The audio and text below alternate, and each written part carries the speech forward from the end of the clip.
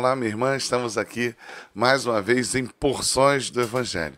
Hoje eu quero falar com você rapidamente sobre realismo e observar como o cristianismo é, para mim, a maior oportunidade, a melhor possibilidade de nós estarmos em contato com o mundo real.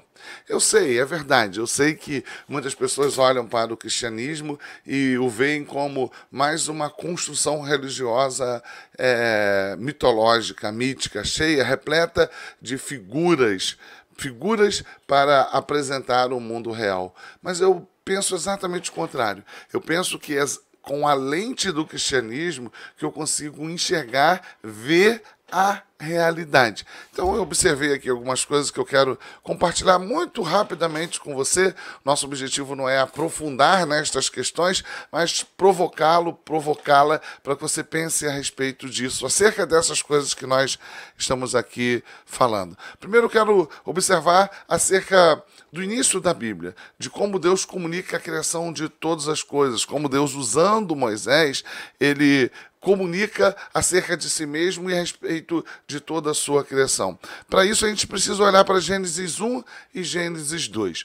E quando eu vou lá para Gênesis 1 e eu vou lá para Gênesis 2, eu percebo que este Deus, para falar acerca de si mesmo, ele não apresenta elementos muito lúdicos, elaborativos. Ele não apresenta muitas ilustrações. Ele simplesmente diz que ele é e que ele fez todas as coisas com o poder da sua palavra a partir de uma ordem, a partir de uma cronologia. Então, eu gosto disso, eu gosto de ver como Deus, ele não se detém em aspectos lúdicos, figurados, ele simplesmente estabelece uma ordem cronológica. E assim Deus foi fazendo todas as coisas, foi avaliando a sua própria criação, e ele vai dizendo, e viu Deus que isso era bom. Que é algo mais real, mais objetivo do que isso, não há ludicidade, não há ilustração. É uma descrição religiosa, você precisa de fé para acreditar nisso, é verdade. Mas a partir do momento que eu creio nisto, eu creio absolutamente nesta narrativa, eu olho para essa narrativa e vejo como ela é objetiva, como ela é transparente, como ela elimina os aspectos lúdicos, figurados, para falar que simplesmente Deus fez, criou segundo a sua vontade, sem nenhum tipo de mediação ilustrativa. Mas também quando a gente olha e observa acerca da continuidade daquilo que Deus descreve a partir de Gênesis 1 e 2, eu vou referir então agora a Gênesis 3, eu vejo como Deus fala acerca do pecado. Deus também é muito realista. Ele diz que a serpente, que é a figura de Satanás, ela se apresenta diante de Adão e Eva e propõe uma rivalidade. Propõe uma quebra, uma ruptura da relação do homem e da mulher com este Deus Criador. E, é claro, ele é objetivo. E qual é a proposição que está acompanhando tudo isso? É de que o homem seja liberado, libertado da presença do governo deste Deus. Mais do que isso, que esse homem, então, a partir deste entendimento, ele possa ser como Deus. Olho para isso e percebo isso muito realista, porque eu vejo isso muito presente, de forma muito clara em nossos relacionamentos. Como nós somos adversários, como nós somos oponentes, como nós odiamos o outro, isso está presente em toda a nossa relação, como nós temos dificuldade de estarmos submetidos a governos, a autoridades, como nós todo o tempo damos ouvido àquilo que de alguma forma visa nos valorizar e não queremos nos submeter ao outro, absolutamente a ninguém. Temos o desejo desta autonomia. Acho isso extremamente realista. Acho que isso revela exatamente aquilo que nós somos como humanidade caída, que a partir de determinado momento da história decidiu afastar-se de Deus.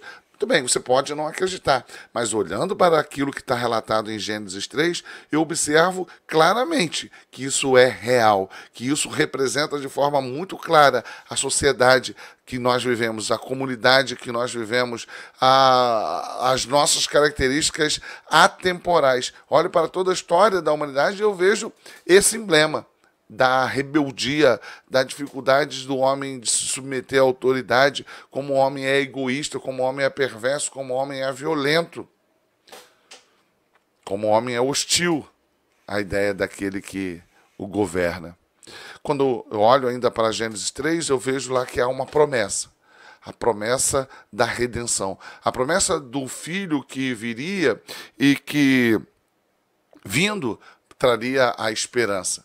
E também olho e vejo que isso é algo que está muito presente em nossos tempos, sempre está presente. A ideia da espera messiânica, a ideia de uma promessa messiânica, a ideia de uma necessidade de uma redenção, está presente sempre, em todos os tempos, sempre. Quando tive contato pela primeira vez com a literatura espanhola, que falava da realidade pré-colombiana, daqueles que viveram aqui na América antes da chegada de Colombo, a literatura espanhola, não necessariamente religiosa, não com objetivo teológico, mas apenas historiográfico, mostra muito claro que muitas daquelas comunidades dos povos nativos receberam as comunidades, a presença europeia, neste caso espanhola, porque eles aguardavam os deuses que viriam, aguardavam a redenção. Interessante isso, né? Como isso está presente, está associado à nossa realidade. Você vê como as pessoas criam expectativas quando entra um novo governo, como as pessoas ficam hostis nessas disputas ideológicas para saber qual é o melhor governo, de esquerda ou de direita, ou qual o candidato A ou o candidato B. No fundo, tudo isso esconde um anseio messiânico. Um anseio messiânico. A chegada de alguém, de um governo, que de alguma forma pode trazer a esperança, que na verdade eu entendo que é uma expectativa realista, presente no coração do homem. E, obviamente, isso foi estabelecido por Deus lá no Jardim do Éden. Quando vejo como Deus trata com este homem, colocando-o para fora do Éden, e quando a Bíblia diz que esse Deus é santo, santo, santo, e não pode comungar, em hipótese nenhuma, com o pecado, eu olho e vejo que é natural. Deus pôs o homem para fora do Éden, porque este Deus que é santo, santíssimo, ele não pode conviver com o homem que vive, que está em pecado. Mas me parece que isso seria hoje algo politicamente incorreto, essa narrativa. Mas a Bíblia não se preocupa com isso. Ela simplesmente diz que Deus colocou o homem para fora do Éden, revelando a ruptura nesta relação. E assim a gente vai vendo também o ódio de Caim pelo seu irmão, a violência de Caim, como isso é realista, como isso representa, como eu falei, a nossa hostilidade, o nosso egoísmo, a nossa perversidade, a nossa disputa por poder. A Bíblia é a oportunidade de nós pensarmos, olharmos o mundo além da mitologia, olharmos além da fantasia.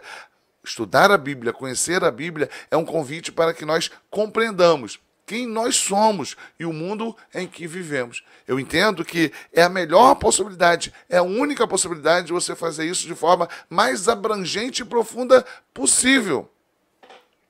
Eu quero ainda continuar observando algo que eu quero, chegando já ao final deste vídeo, pensar com você. Quando Deus escolheu o povo de Israel, e quando Deus comunica ao povo de Israel que o escolheu, não porque eles merecessem, perceba, pode parecer para alguns uma grande perda de elaborar aí uma fantasia imensa. Mas Deus vai dizer na sua palavra, não, eu não vos escolhi porque vocês eram os mais numerosos, os mais bonitos, os mais atraentes. Essa última parte sou eu que estou acrescentando. Não, Deus escolheu segundo os seus propósitos. Perceba como isso seria uma grande oportunidade para fantasiar, para trazer o lúdico, para trazer figuras. Simplesmente Deus escolheu aquele povo a partir de Abraão. Perceba que isso, ao contrário do que as pessoas possam pensar, eu considero antimítico, no sentido de antimitológico, antifantasia. A Bíblia não nos convida a vivermos num mundo de fantasia. A Bíblia nos conduz a sermos realistas. Eu fico pensando em momentos como o de Davi. Davi foi um homem escolhido por Deus para ser o rei de Israel. Mas a Bíblia é extremamente realista, ela não esconde os pecados de Davi. Não esconde que Davi se escondeu entre os filisteus e tentou os enganar, se fazendo como aliado dos filisteus, para que ali ele pudesse permanecer o maior tempo possível, enquanto ele fugia de Saul. A Bíblia não esconde que Davi se fez de louco em mais uma tentativa de se esconder de Saul e se proteger. Ficou babando, parecendo como se fosse um insano. A Bíblia não diz, e não esconde, melhor dizendo, que Davi conduziu um homem à morte como rei, e sendo este homem um dos seus soldados, para que ele pudesse esconder que ele havia tomado a mulher deste homem para si. A Bíblia não esconde isso. A Bíblia é extremamente realista com relação a isso, revelando o pecado, a falibilidade desta pessoa que tinha sido escolhida por Deus para ser o representante da monarquia de Israel. Uma figura que apontaria, então, a partir de então, para a pessoa de Cristo, o monarca maior, definitivo, o rei que Israel e o mundo aguardava. A Bíblia é realista porque ela mostra que quando este filho de Davi com esta mulher, ele está muito doente, Davi, ele fica entristecido, jejuando, clamando a Deus. O texto está em 2 Samuel, eu quero até ler junto com vocês. Orando, clamando a Deus para que Deus preservasse a vida dele, dessa criança, do seu filho, com Batseba, esta mulher que ele tomou para si de forma indevida. Mas em dado momento, Deus toma para si essa criança e o filho de Davi morre. Então Davi se levantou da terra e se lavou, e se ungiu, e mudou de roupas, e entrou na casa do Senhor e adorou. Então foi à sua casa e pediu pão. E lhe puseram pão e comeu. E disseram-lhe seus servos: que é isto que fizeste? Pela criança viva jejuaste e choraste. Porém, depois que morreu a criança, te levantaste e comeste pão? E a resposta de Davi, ela é repleta de realismo. E disse ele: vivendo ainda a criança, jejuei e chorei, porque dizia: quem sabe se Deus se compadecerá de mim e viverá a criança. Porém, agora que está morta, por que jejuaria eu? Poderei eu fazê-la voltar? Eu irei a ela, porém ela não voltará para mim. A Bíblia não é uma história, uma narrativa literária que nos convida à fantasia. Ela expõe de forma sem constrangimento, de forma a abrir as nossas vísceras, expor a nossa intimidade, mostrar a nossa realidade, de forma não fantasiosa. E o comportamento de Davi é algo muito interessante, porque apresenta um realismo de um homem que estava esperançoso no Senhor, crendo que Deus poderia trazer de volta a saúde de seu filho. Mas na hora que ele percebe que Deus não fez isso, ele encara isso com a realidade máxima. O que adianta eu agora continuar prostrado? Deus decidiu levá-lo. E ele entendeu claramente que essa tinha sido a decisão de Deus. Então agora vou me levantar, vou me banhar, vou me alimentar, trocar de roupas, porque a realidade está posta.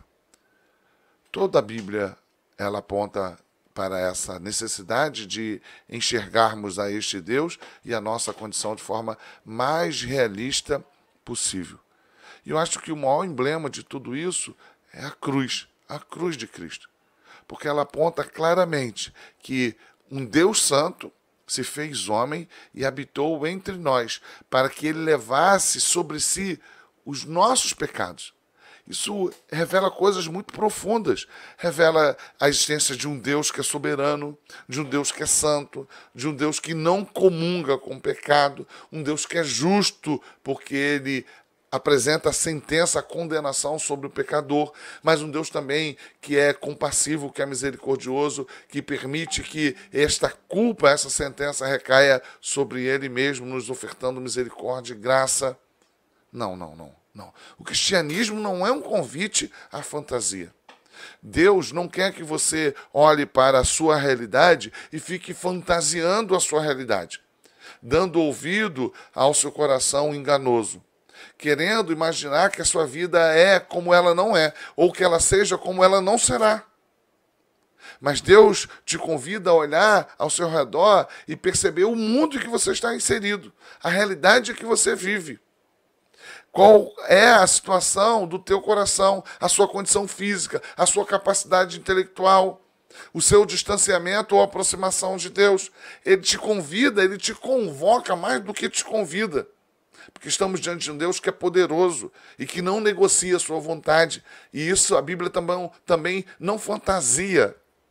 Perceba, a Bíblia, ela não quer nos agradar. Ela é uma exposição da verdade. Eu estou aqui e eu vou morrer. Eu vou morrer, a Bíblia fala disso. Eu estou aqui e eu vou sofrer. Eu vou sofrer, a Bíblia fala disso. A Bíblia nos convoca a olhar todas as coisas e percebermos a realidade.